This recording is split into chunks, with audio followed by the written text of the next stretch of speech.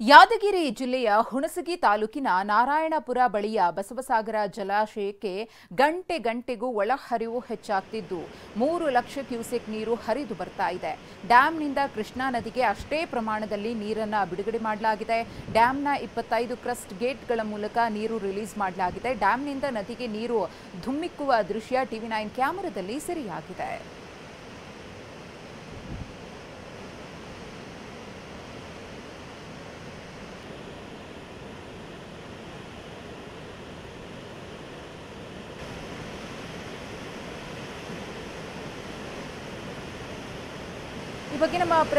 ಈ ಬಗ್ಗೆ ನಮ್ಮ ಪ್ರತಿನಿಧಿ ಅಮೀನ್ ಒಂದು ಪ್ರತ್ಯಕ್ಷ ವರದಿ ಕೊಟ್ಟಿದ್ದಾರೆ, ನೋಡೋಣ.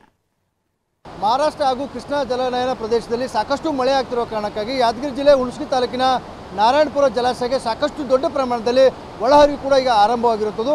ಒಳಹರಿವು ಎಷ್ಟು ದೊಡ್ಡ ಪ್ರಮಾಣದಲ್ಲಿ ಒಳಹರಿವಿದೆ ಅಷ್ಟೇ ದೊಡ್ಡ ಪ್ರಮಾಣದಲ್ಲಿ ನದಿಗೆ ಹೊರಹರಿವು ಕೂಡ ಆಗ್ತದೆ. ಡ್ಯಾಮ್ನಿಂದ ನದಿಗೆ ನೀರು ಸಹಿತ ಬಿಡ್ತಾ ಇರೋದು. ಸದ್ಯ ನನಗೆ ನಾರಾಯಣಪುರದ ಬಸವಸಾಗರ ಜಲಾಶಯದ ದೃಶ್ಯಗಳು ತೋರಿಸುವಂಥ ಪ್ರಯತ್ನ ಕೂಡ ಮಾಡ್ತೀನಿ.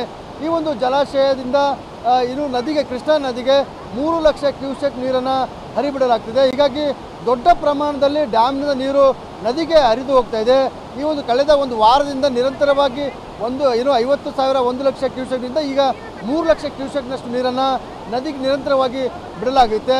ಮಹಾರಾಷ್ಟ್ರ ಮತ್ತು ಕೃಷ್ಣಾ ಅಚ್ಚುಕಟ್ಟು ಪ್ರದೇಶದಲ್ಲಿ ಮಳೆ ಮುಂದುವರೆದೇ ಆದಲ್ಲಿ ಇನ್ನಷ್ಟು ಹೆಚ್ಚಿನ ಪ್ರಮಾಣದಲ್ಲಿ ನದಿಗೆ ನೀರು ಬಿಡುವಂಥ ಸಾಧ್ಯತೆ ಸಹಿತ ಸಾಕಷ್ಟು ಇರುವಂಥದ್ದು.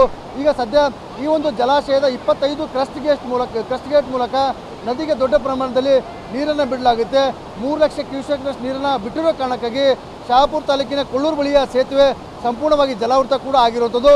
ಇನ್ನು 5 ಲಕ್ಷಕ್ಕೂ ಅಧಿಕ ಕ್ಯೂಸೆಕ್ನಷ್ಟು ನೀರು ಬಿಟ್ಟರೆ ಇನ್ನೂ ಎರಡು ಸೇತುವೆಗಳು ಜಲಾವೃತ ಆಗುತ್ತೆ. ಜೊತೆಗೆ ಗ್ರಾಮಗಳಿಗೆ ಸಹಿತ ನೀರು ನುಗ್ಗುವಂಥ ಆತಂಕ ಸಹಿತ ಇರುವಂಥದ್ದು.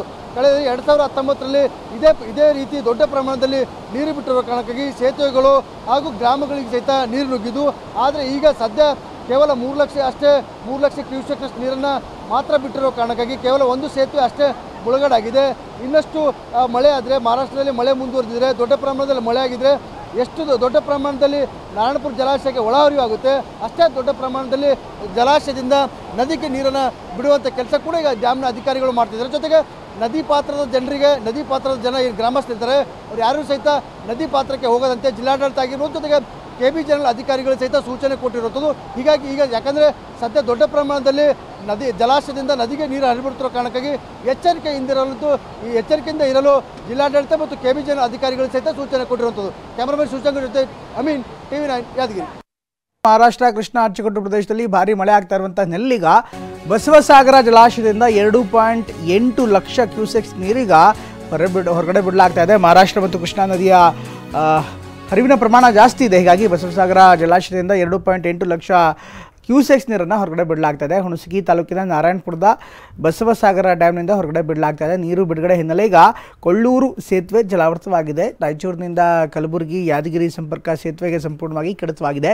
ಎರಡು ಕಡೆ ಬ್ಯಾರಿಕೇಡ್ ಹಾಕಿ ಪೊಲೀಸರು ಈಗ ಸಂಭಾವ್ಯ ಅವಘಡಗಳನ್ನು ತಪ್ಪಿಸೋದಕ್ಕೆ ಪ್ರಯತ್ನವನ್ನು ಮಾಡ್ತಾ ಇದ್ದಾರೆ. ಯಾದಗಿರಿಯಿಂದ ರಾಯಚೂರು ಕಡೆಗೆ ಹೋಗಲಾಗದೆ ಈಗ ಸಾರ್ವಜನಿಕರು ಕೂಡ ಪರದಾಟವನ್ನು ಮಾಡ್ತಾ ಇದ್ದಾರೆ. ಸೇತುವೆ ಕಡೆ ತೆರಳದಂತೆ ಪೊಲೀಸರು ಬಂದೋಬಸ್ತನ್ನು ಮಾಡಿದ್ದಾರೆ. ಕೃಷ್ಣಾ ನದಿ ನೀರಲ್ಲಿ ಈಗ ಪ್ರವಾಹ ಉಂಟಾಗ್ತದೆ. ಹೀಗಾಗಿ ಯಾವುದೇ ಕಾರಣಕ್ಕೂ ಕೂಡ ಈ ಭಾಗದಲ್ಲಿ ಸಂಚಾರ ಮಾಡಬೇಡಿ ಅಂತ ಸೂಚನೆ ಕೊಡಲಾಗಿದೆ. ಈ ಬಗ್ಗೆ ನಮ್ಮ ಪ್ರತಿನಿಧಿ ಅಮೀನ್ ಒಂದು ವಿಶೇಷ ರಿಪೋರ್ಟ್ ಕೊಟ್ಟಿದ್ದಾರೆ, ನೋಡೋಣ ಬನ್ನಿ. ಮಹಾರಾಷ್ಟ್ರ ಹಾಗೂ ಕೃಷ್ಣಾ ಅಚ್ಚುಕಟ್ಟು ಪ್ರದೇಶದಲ್ಲಿ ನಿರಂತರವಾಗಿ ಮಳೆ ಆಗ್ತಿರುವ ಕಾರಣಕ್ಕಾಗಿ ಕೃಷ್ಣಾ ನದಿಯಲ್ಲಿ ಈಗ ಪ್ರವಾಹದ ಪರಿಸ್ಥಿತಿ ನಿರ್ಮಾಣ ಆಗಿರುವಂಥದ್ದು. ಈಗ ಸದ್ಯ ನನಗೆ ಯಾದಗಿರಿ ಜಿಲ್ಲೆ ಶಹಾಪುರ ತಾಲೂಕಿನ ಕೊಳ್ಳೂರು ಬಳಿಯ ಸೇತುವೆಯಲ್ಲಿ ಇದ್ದೀನಿ. ಈ ಒಂದು ಸೇತುವೆ ಕೃಷ್ಣಾ ನದಿಗೆ ಅಡ್ಡಲಾಗಿ ನಿರ್ಮಿಸಲಾಗಿದೆ. ಈ ಒಂದು ಸೇತುವೆ ಕೂಡ ಈಗ ಪ್ರವಾಹದ ಪರಿಸ್ಥಿತಿಗೆ ನಿರ್ಮಾಣ ಆಗಿ ಸೇತುವೆ ಸಹಿತ ಮುಳುಗಡೆ ಆಗಿರುವಂಥದ್ದು. ಈಗ ಕಳೆದ ಒಂದು ವಾರದಿಂದ ನಿರಂತರವಾಗಿ ಯಾದಗಿರಿ ಜಿಲ್ಲೆ ಹುಣಸಗಿ ತಾಲೂಕಿನ ನಾರಾಯಣಪುರದ ಬಸವಸಾಗರ ಜಲಾಶಯದಿಂದ ಕೃಷ್ಣಾ ನದಿಗೆ ನಿರಂತರವಾಗಿ ನೀರನ್ನು ಹರಿಬಿಡಲಾಗ್ತಿದೆ. ಸದ್ಯ ಈಗ ಕೃಷ್ಣಾ ನದಿಗೆ ಡ್ಯಾಮ್ನಿಂದ ಕೃಷ್ಣಾ ನದಿಗೆ 2,80,000 ಕ್ಯೂಸೆಕ್ನಷ್ಟು ನೀರನ್ನು ನದಿಗೆ ಹರಿಬಿಟ್ಟಿರೋ ಕಾರಣಕ್ಕಾಗಿ ನದಿ ಸಂಪೂರ್ಣವಾಗಿ ಮೈದುಂಬಿಕೊಂಡಿದೆ. ನದಿಯ ಬೋರ್ಗರಿತ ಸಹಿತ ಹೆಚ್ಚಾಗಿರುವಂಥದ್ದು. ಈ ಒಂದು 2,80,000ಕ್ಕೂ ಅಧಿಕ ನೀರು ಬಿಟ್ಟರೆ ಈ ಒಂದು ಕೊಳ್ಳೂರು ಬಳಿಯ ಸೇತುವೆ ಸಂಪೂರ್ಣವಾಗಿ ಜಲಾವೃತ ಕೂಡ ಆಗುತ್ತೆ.